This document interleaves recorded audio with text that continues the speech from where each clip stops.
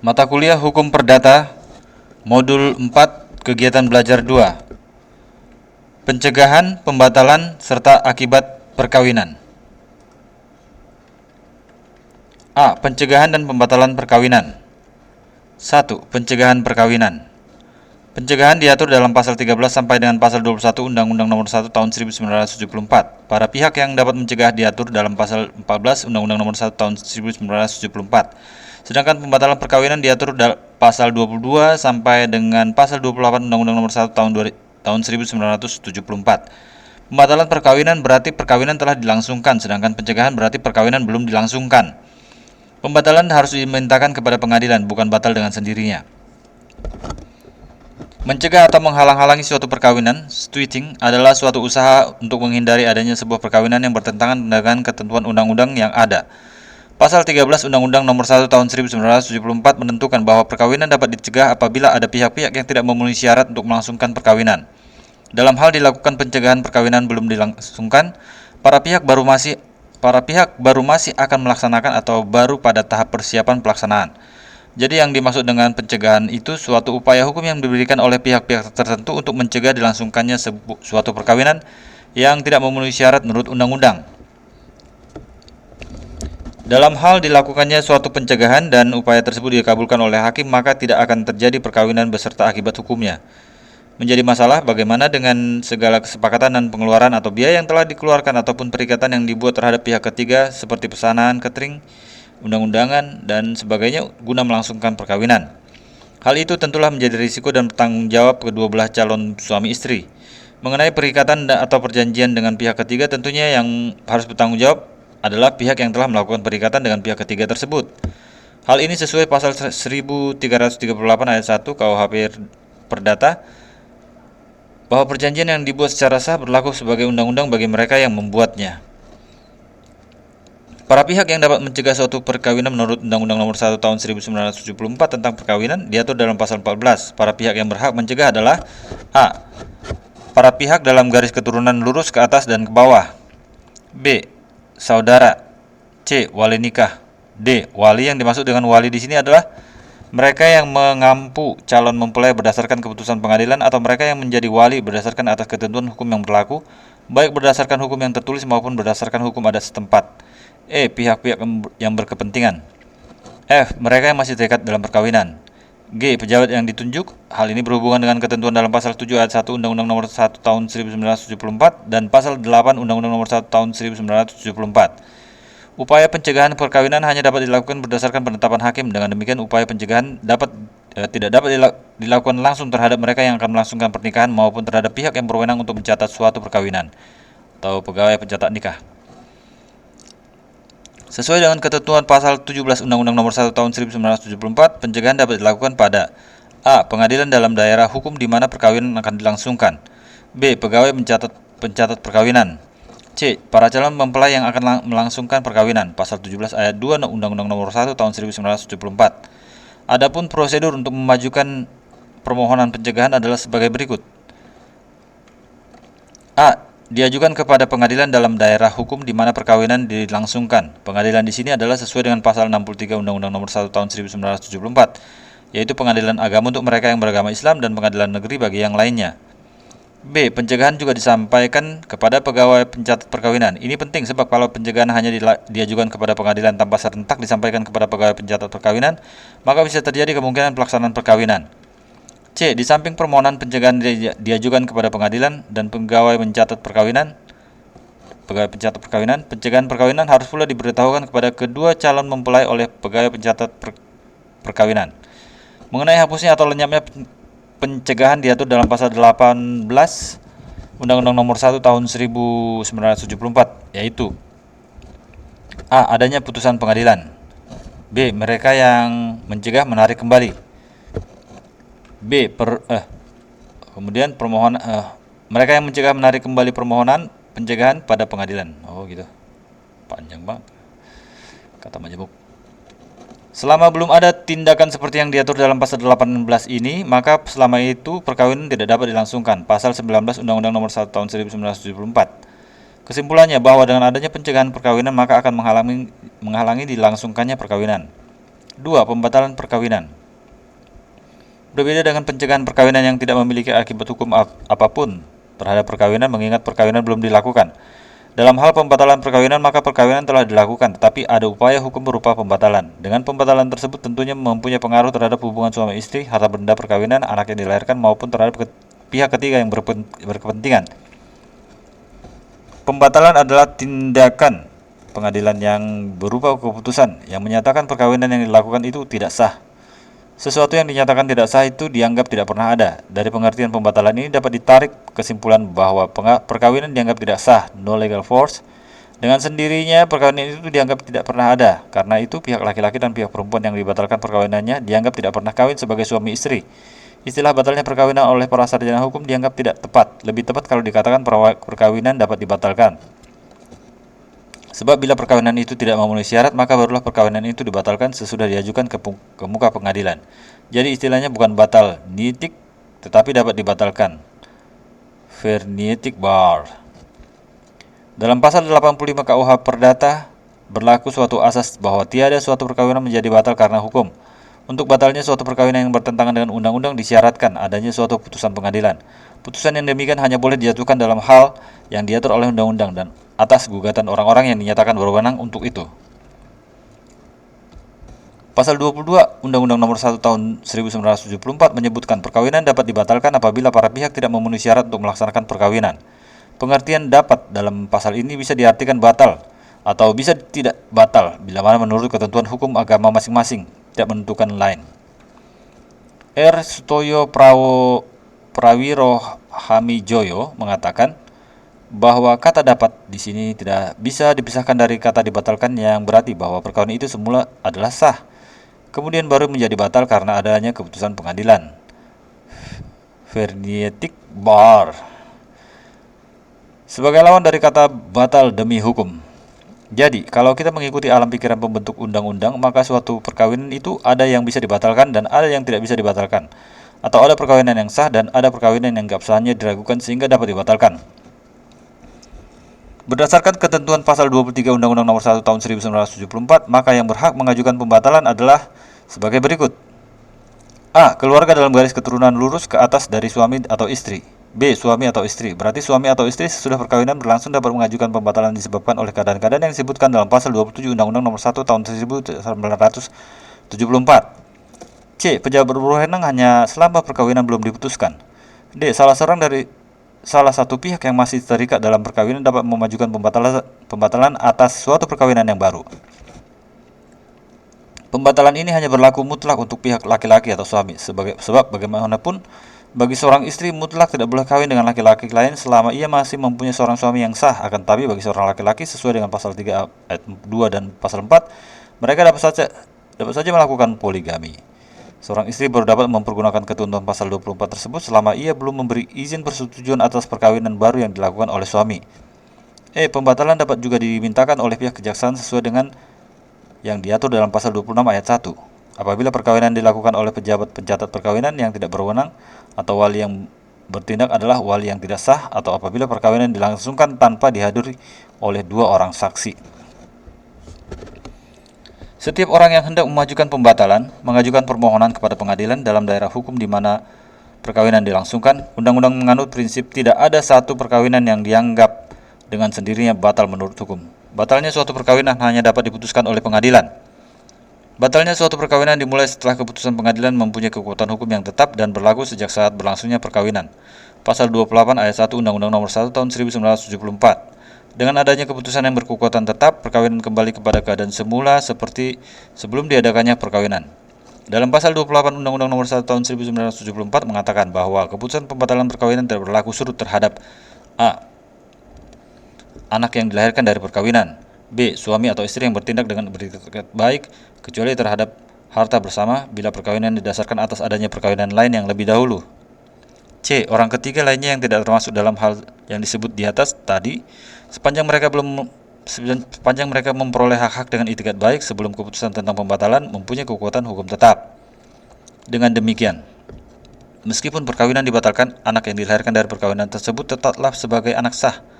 Demikian pula terhadap suami istri yang bertindak dengan itikat baik masing-masing berhak atas pembagian harta bersama selama berlangsungnya perkawinan. Pengecualian bagi perkawinan kedua, ketiga, dan keempat yang dilandasi oleh adanya itikat baik, itikat tidak baik, misalnya tidak mendapatkan izin dari istri sebelumnya untuk melangsungkan pernikahan. Terhadap pernikahan yang demikian tidak terdapat harta bersama dan tidak terjadi pembagian harta benda.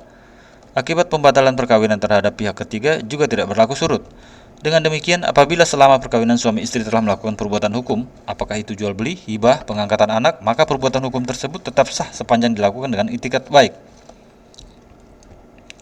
Hal ini akan lain masalahnya apabila dengan maksud untuk mendapatkan harta benda perkawinan, maka suami atau istri melakukan perbuatan hukum dengan pihak ketiga, apakah itu menjual, menghibahkan, dan sebagainya. Dengan harapan bahwa apabila perkawinan dibatalkan, maka harta benda yang telah dialihkan tersebut dapat dimiliki kembali. Hal tersebut tidak dapat dibenarkan. Dengan demikian pihak-pihak merasa dirugikan akan perbuatan tadi dapat melakukan tuntutan agar harta benda mereka tersebut dikembalikan. Satu hal yang masih menjadi masalah dalam kaitannya dengan pembatalan perkawinan adalah apakah terhadap perjanjian perkawinan yang dibuat di antara suami istri yang pernikahannya dibatalkan tetap berlaku dan mengikat di antara mereka. Hal ini tidak dijelaskan oleh undang-undang dalam kaitannya dengan pembatalan perkawinan. Jika diasumsikan bahwa perkawinan dianggap tidak ada sejak adanya pembatalan perkawinan, maka pemisahan harta juga dianggap tidak terjadi. Lalu bagaimana dengan harta yang ada selama perkawinan mereka? Penulis cenderung berpendapat bahwa perjanjian perkawinan tersebut tetap ada dan mengikat para pihak. Dengan demikian, apabila mereka memperjanjikan adanya pemisahan harta sebelum perkawinan, maka akibat dari pembatalan perkawinan tersebut tidak ada pembagian harta bersama. Demikian pula apabila di antara mereka memperjanjikan pemeliharaan anak, apabila perkawinan mereka putus, maka hal tersebut juga tetap berlaku dan mengikat para pihak. B. Akibat perkawinan. Perkawinan merupakan hubungan hukum yang memiliki akibat hukum baik terhadap para pihak atau suami istri, terhadap harta benda yang diperoleh selama perkawinan, maupun terhadap status dan kedudukan anak yang dilahirkan. Berdasarkan hal tersebut, jelas bahwa sebuah perkawinan bukanlah semata-mata guna memenuhi kebutuhan biologis, tetapi terdapat sejumlah hak dan kewajiban yang timbul akibat dilangsungkannya perkawinan. 1. Terhadap hubungan istri. Terhadap hubungan suami istri. Apabila perkawinan terhadap hubungan suami istri menimbulkan hak dan kewajiban di antara keduanya,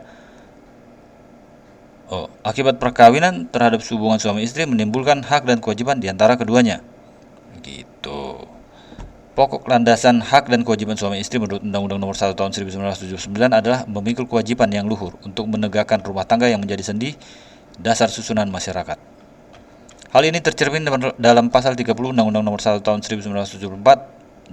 Dengan demikian, sebuah perkawinan dengan kualitas yang ada meliputi keadaan ekonomi keluarga, keutuhan keluarga, dan kualitas sumber daya yang dihasilkan sangat menentukan kualitas masyarakat Indonesia. Dengan demikian, apabila keadaan rumah tangga tidak harmonis, hal ini akan mempengaruhi karakter suatu bangsa. Demikian pula apabila keadaan rumah tangga berada pada kehidupan yang serba kekurangan, tentunya ini juga akan mencerminkan tingkat kesejahteraan suatu bangsa. Menurut pasal 31 Undang-Undang Nomor 1 Tahun 1974, kedudukan suami istri adalah sama dan seimbang, baik dalam kehidupan rumah tangga maupun dalam pergaulan hidup bersama dalam masyarakat. Selanjutnya, pasal 31 ayat 2 menentukan bahwa masing-masing pihak berhak melakukan perbuatan hukum. Jadi antara suami istri tidak ada perbedaan di hadapan hukum. Selanjutnya, pasal 31 ayat 3 menentukan bahwa kedudukan suami sebagai kepala keluarga dan istri sebagai ibu rumah tangga. Permasalahan yang muncul adalah tidak dijelaskan dalam undang-undang apa yang menjadi fungsi, tugas, dan kewenangan suami sebagai kepala keluarga dan istri sebagai ibu rumah tangga. Ketidakjelasan peranan ini seringkali menimbulkan konflik dalam keluarga yang tidak jarang berujung pada perceraian, mengingat undang-undang tidak mengatur jelas tentang hal ini.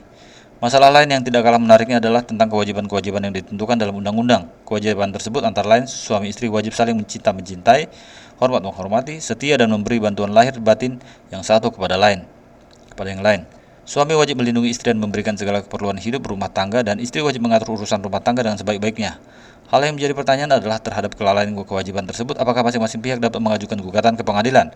Apakah hal ini menjadi tambahan alasan yang dapat menyebabkan terjadinya perceraian atau berupa tuntutan ganti rugi sebagaimana layaknya tuntutan dalam suatu gugatan perdata? Hal ini tidak dijelaskan dalam undang-undang.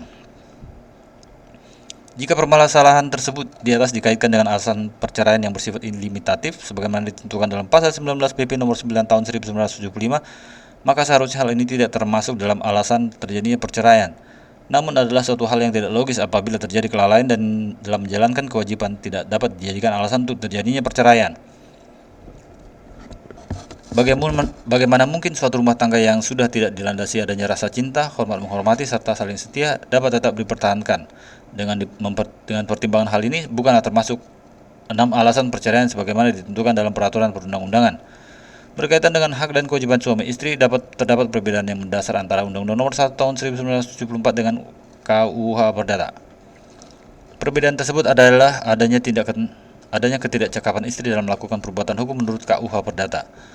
Dalam pasal 108 KUH Perdata secara tegas menyebutkan bahwa istri meskipun kawin dengan adanya pemisahan harta benda di antara keduanya, namun tetap tidak dapat menghibahkan atau mengalihkan atau menjaminkan harta benda miliknya tanpa bantuan atau izin tertulis dari suaminya.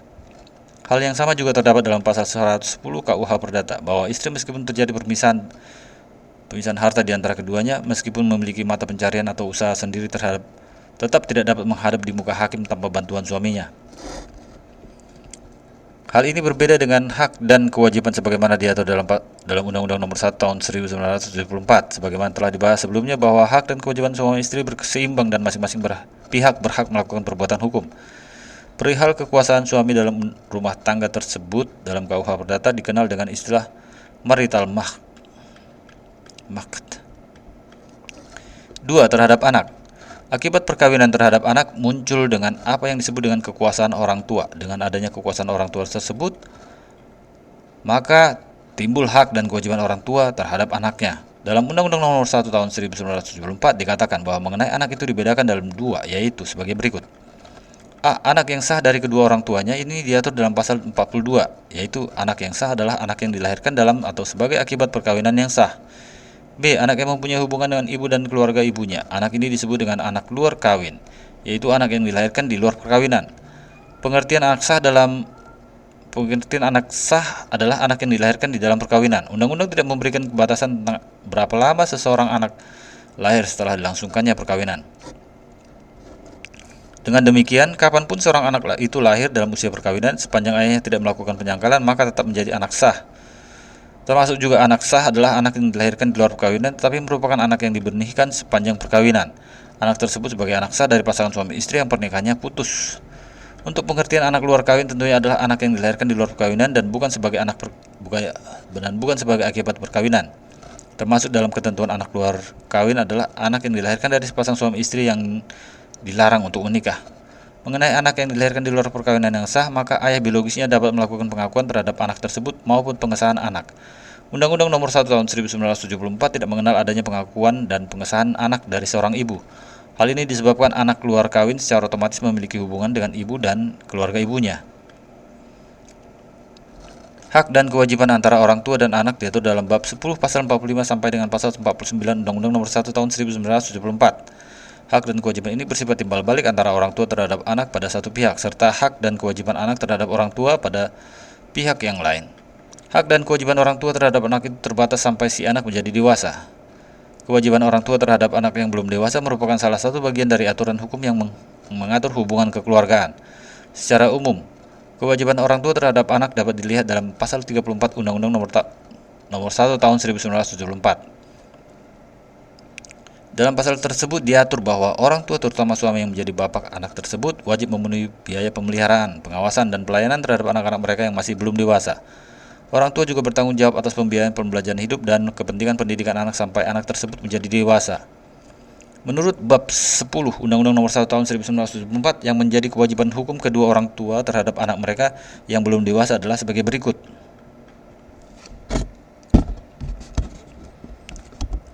A. Orang tua wajib memelihara dan mendidik anak-anak mereka sebaik-baiknya. B. Mewakili anak-anak tersebut di dalam dan di luar pengadilan. Pada sisi yang lain terdapat kewajiban anak terhadap orang tuanya yang diatur dalam pasal 46 Undang-Undang Nomor 1 Tahun 1974. Adapun kewajiban tersebut terdiri dari A. Anak wajib menghormati orang tua dan menaati kehendak orang tua yang baik terhadap anak.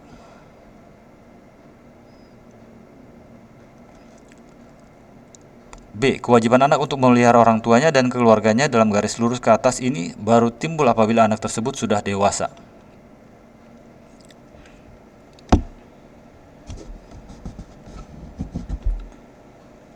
Mengenai kekuasaan orang tua terhadap anaknya, undang-undang juga memberi peluang adanya pencabutan kekuasaan orang tua. Pencabutan kekuasaan orang tua diatur dalam pasal 49 Undang-Undang Nomor 1 Tahun 1974. Pencabutan ini merupakan upaya hukum untuk menghindari cara menjalankan kekuasaan orang tua yang tidak sesuai dengan undang-undang dan tidak patut, sehingga anak-anak akan lebih aman terlepas dari kekuasaan orang tua. Pencabutan kekuasaan orang tua ini dapat dilakukan dengan alasan orang tua mengurus kepentingan dan pemeliharaan anak-anaknya sedemikian buruk. Lebih jelasnya mengenai alasan pencabutan kekuasaan orang tua berdasarkan pasal 49 Undang-Undang Nomor 1 Tahun 1974 diatur sebagai berikut. A. Orang tua melalaikan kewajiban terhadap anaknya. Orang tua berkelakuan buruk. B. Mengenai kelalaian menjalankan kewajiban bisa ditafsirkan secara lebih luas menjadi segala hal yang menyebabkan ketidakmungkinan bagi orang tua untuk melaksanakan kewajibannya.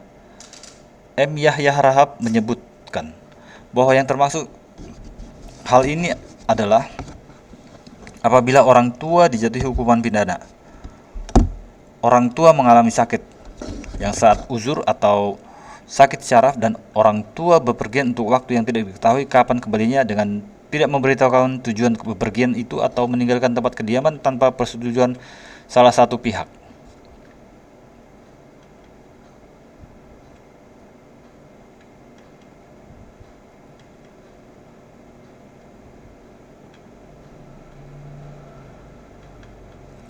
Mengenai orang tua berkelakuan buruk meliputi segala tingkah laku yang tidak senonoh. Sebagai seorang pengasuh dan pendidik yang harus memberikan sesuatu contoh teladan terutama dalam pembentukan mental dan spiritual serta perkembangan jiwa dari anak tersebut. Juga termasuk dalamnya perlakuan yang buruk terhadap jasmani si anak. Termasuk dalam kategori ini adalah orang tua yang menjadi pemabuk, penjudi, atau pelaku perbuatan cabul dan perzinaan. Kelakuan buruk juga dapat disebabkan yang suka menganiaya si anak yang dikhawatirkan dapat menimbulkan cacat ataupun gangguan, baik fisik maupun psikis. Terhadap harta. 3 ya. Dalam perkawinan terhadap harta benda perkawinan, harta benda tersebut ada yang berasal dari harta benda yang diperoleh sebelum perkawinan,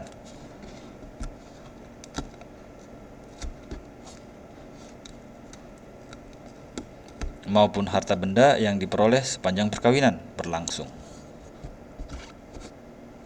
Pasal 35 Undang-Undang Nomor 1 Tahun 1974 mengatur mengenai harta benda perkawinan. Menurut ketentuan tersebut, harta benda perkawinan dibedakan menjadi harta bersama dan harta pribadi. Harta yang diperoleh selama perkawinan menjadi harta bersama, sedangkan harta yang diperoleh sebelum perkawinan dan harta yang diperoleh sesudah perkawinan yang berupa hadiah atau warisan menjadi harta pribadi.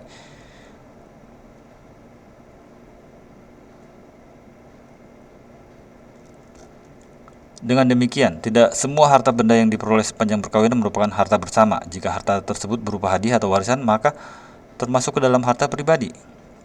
Mengenai konsep harta benda perkawinan yang membedakan antara harta bersama dan harta pribadi, sebagaimana dianut dalam Undang-Undang Perkawinan, berbeda pengaturannya dengan masalah harta benda perkawinan yang diatur dalam KUH Perdata. Dalam KUH Perdata, sebagaimana tertuang dalam pasal 119, maka mulai saat dilangsungkan perkawinan demi hukum yang berlakulah persatuan bulat antara harta kekayaan suami dan istri.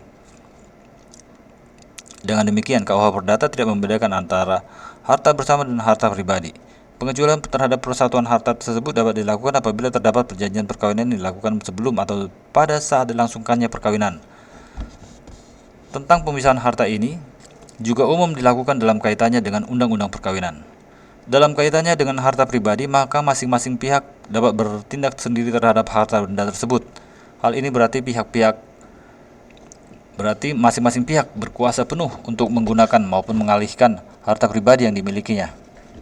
Berbeda dengan harta bersama, maka mengenai harta bersama diatur dalam pasal 36 ayat 1 yang berbunyi bahwa mengenai harta bersama suami atau istri dapat bertindak atas persetujuan kedua belah pihak. Artinya, suami dapat bertindak atas harta bersama setelah ada persetujuan dari istri. Begitu pula istri dapat bertindak atas harta bersama setelah ada persetujuan dari suami.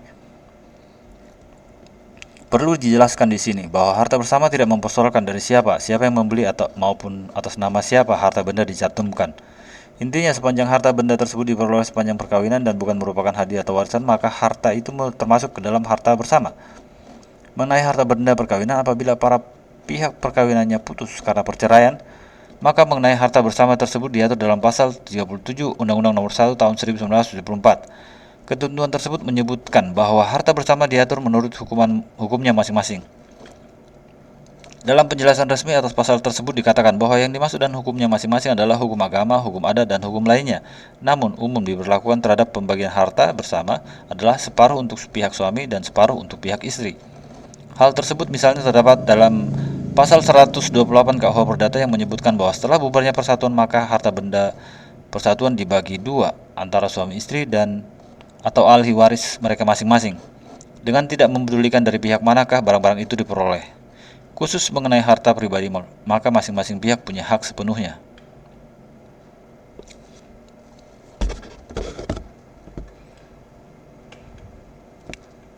Rangkuman. Dalam kegiatan belajar 2 ini dijelaskan mengenai akibat perkawinan yang terdiri dari 3 hal, yaitu akibat terhadap hubungan suami istri yang berisi hak dan kewajiban suami istri, hak dan kewajiban terhadap harta ke perkawinan, serta hak dan kewajiban suami istri tersebut terhadap anak. Modul 4 kegiatan belajar 2 selesai. Terima kasih.